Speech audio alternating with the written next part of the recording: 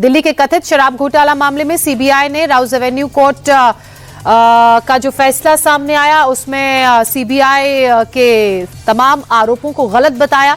Court ने अरविंद केजरीवाल, मनीष सिसोदिया समेत सभी 23 आरोपियों को बरी किया है। सबूतों के अभाव में कोर्ट ने आरोपियों को बरी किया है। कोर्ट ने कहा कि आबकारी नीति में कोई व्यापक साजिश या आपराधिक इरादा नजर नहीं आया। जांच में आरोपियों के खिलाफ पर्याप्त सबूत नहीं थे।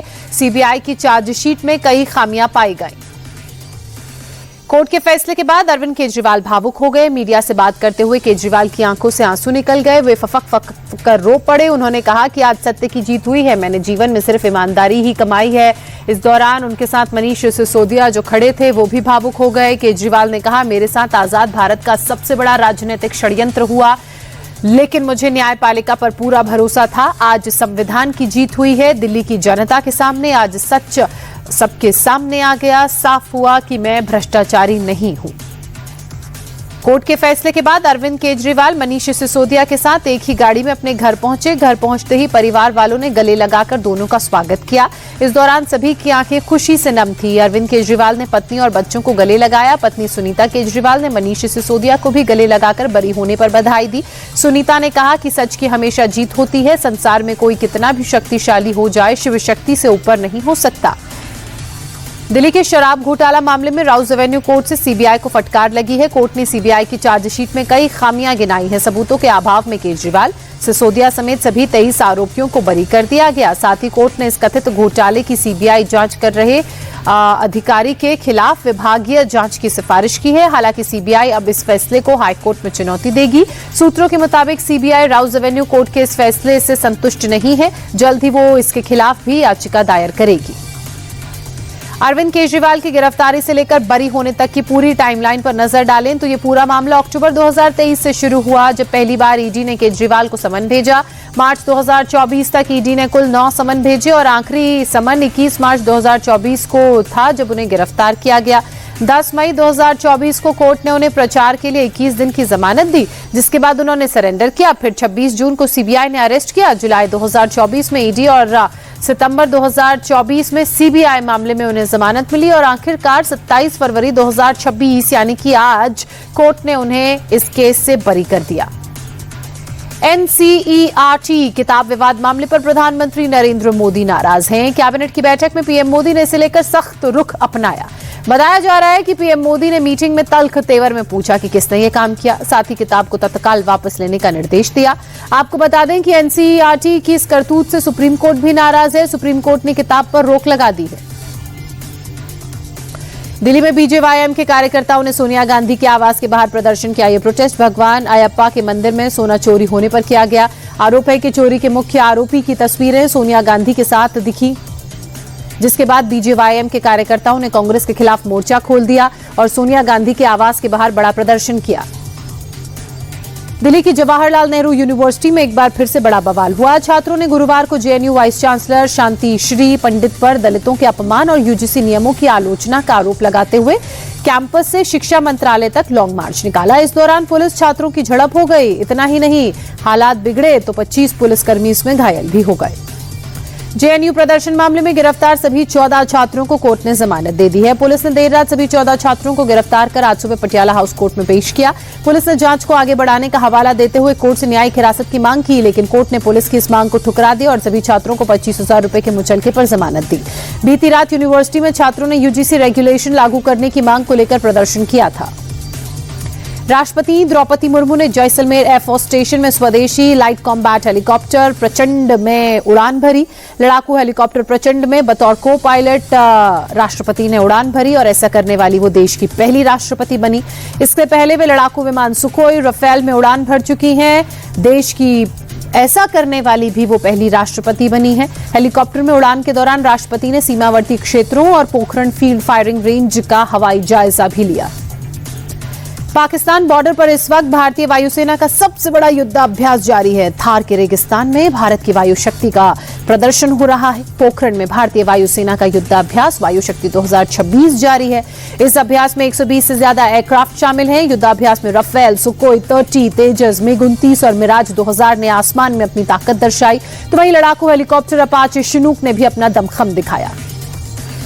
पीएम मोदी देर रात इजराइल के 2 दिवसीय दौरे से दिल्ली वापस लौट आए। प्रधानमंत्री की इजरायली यात्रा काफी सफल रही। पीएम मोदी और बेंजामिन नेतन्याहू के बीच हुई डेलीगेशन लेवल की मीटिंग में दोनों देशों ने 27 समझौतों पर एमओयू की साइन किए।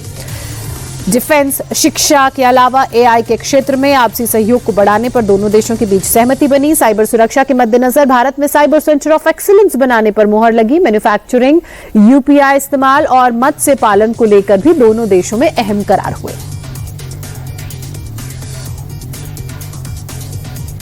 पीएम मोदी के इजरायल दौरे पर जम्मू कश्मीर की पूर्व सीएम और पीडीपी चीफ महबूबा मुफ्ती ने तीखा हमला बोला। इजरायल के पीएम बेंजामिन नेतन्याहू को अपराधी बताते हुए कहा कि एक अपराधी को गले लगाना अच्छे संकेत नहीं है। महबूबा मुफ्ती ने पीएम मोदी के इजरायल दौरे को देश की पॉलिसी के खिलाफ बताया और कहा कि पूरा देश इजरायल के पीएम बेंजामिन नेतन्याहू के खिलाफ है।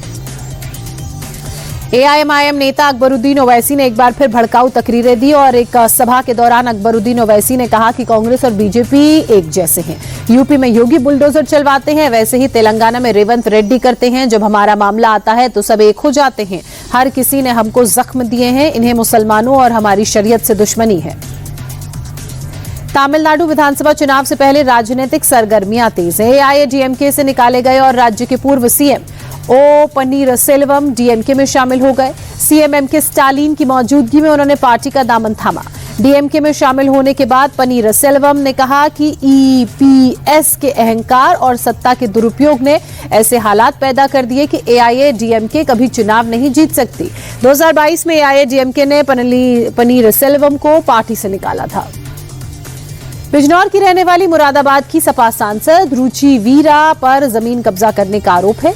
सावित्री देवी ट्रस्ट के अध्यक्ष रजनीश तोमर ने सांसद पर हथियारों के दम पर जमीन को कब्जा करके 4 दीवारी कर अपने अधिग्रहण में लेने का आरोप लगाया, जबकि सांसद रुचि वीरा ने अपने ऊपर लगे तमाम आरोपों को बेबुनियाद बताते हुए सावित्री देवी ट्रस्ट पर अपनी जमीन को कब्जा करने का आरोप लगाया। विवाद बढ़ने पर मुरादाबाद के डीएम ने जमीन की पैमाइश कराने के आदेश दे दिए हैं। महाराष्ट्र के नासिक में एक लकड़ी की फैक्ट्री में भीषण आग लगने से हड़कंप मच गया। देर रात लगी इस आग ने देखते ही देखते विकराल रूप धारण कर लिया। आग की लपटें ऊंची ऊंची उठ रही थी। भीषण आग से भारी नुकसान की आशंका है। हालांकि वक्त रहते फैक्ट्री से सभी मजदूरों को सुरक्षित बाहर निकाल लिया गया, तो इस वजह से कोई जनहानि नहीं हुई। हरदोई में एक घर में अचानक तेज विस्फोट हुआ, जिससे हड़कंप मच गया। धमाका इतना तेज था कि 2 मंजिला मकान को काफी नुकसान हुआ। हादसे में 2 महिलाएं गंभीर रूप से घायल हैं, जिन्हें इलाज के लिए अस्पताल में भर्ती कराया गया है। पूरी घटना सीसीटीवी में कैद है। शुरुआती जांच के मुताबिक पटाने के बनाने के दौरान ये धमाका हुआ। पुलिस फिलहाल मामले की जांच में जुटी है। मेरठ के लोहिया नगर इलाके से एक हैरान करने वाला वीडियो सामने आया, जहां एक स्कूल बस के अंदर छात्र की बेरहमी से पिटाई की गई। आरोप है कि बस के आगे मोटरसाइकिल लगाकर रोका गया। उसके बाद 10वीं के छात्र की जमकर पिटाई की गई। पीड़ित छात्र के पिता ने इस मामले में केस दर्ज कराया है। पीड़ित छात्र स्कूल से पेपर देकर वापस लौट रहा था, तभी यह घटना घटी। पिटाई का वीडियो अब सोशल मीडिया में खूब वायरल है। गाजियाबाद में मुस्लिम दुकानदारों को धमकी देने वाले सत्यम पंडित को पुलिस ने गिरफ्तार कर लिया। दरअसल मंगलवार को मीट दुकान खोलने पर सत्यम पंडित ने होटल बंद करने को लेकर धमकी दी। साथ ही मंगलवार को दुकान खोलने पर आग लगाने तक की बात कह दी। वीडियो सामने आने के बाद पुलिस कार्रवाई करते हुए आरोपी को अरेस्ट कर चुकी है। वीडियो को सत्यम पंडित ने खुद अपने फेसबुक पर पोस्ट किया था। यूपी में त्योहारों को देखते हुए खाद्य विभाग लगातार एक्शन में जुटा हुआ है। लखनऊ में फूड सेफ्टी डिपार्टमेंट ने बड़ी कार्रवाई करते हुए भारी मात्रा में एक्सपायर्ड और मिलावटी मिठाइयां जब्त की। फैजुल्लागंज इलाके से 1 क्विंटल से ज्यादा सोन पापड़ी राजभोग मौके पर ही नष्ट किया गया। इसके अलावा अलग अलग इलाकों से छापेमार कार्रवाई के दौरान 10,415 किलो मसाले खोया इसको सीज किया गया, जिसकी अनुमानित कीमत मार्केट में 55,91,000 है। साथ ही खाद्य विभाग ने 15 सैंपल्स को जांच के लिए भेजा है। कृष्ण नगरी मथुरा वृंदावन में होली का उत्सव शुरू हो चुका है। वृंदावन से लेकर बरसाना नंदगांव में लाखों श्रद्धालु पहुंच रहे हैं। बांके बिहारी मंदिर में पुजारियों ने भक्तों पर प्रसादी गुलाल डालकर ब्रज की होली की शुरुआत की। थोड़ी ही देर में परिसर रंग और गुलाल से सराबोर हो गया। आज ब्रज में होली रे रसिया गाने पर भक्त खुशी से झूमते गाते दिखे। वहीं अयोध्या में भी नागा साधु और दूसरे संतों ने रंग भरी एकादशी के मौके पर होली खेली। यूपी के संभल में रंग एकादशी का पर्व बड़े ही धूमधाम से मनाया जा रहा है, तो वहीं दूसरी तरफ रमजान महीने का दूसरा जुमा भी है, जिसको लेकर पूरा शहर छावनी में बदल चुका है।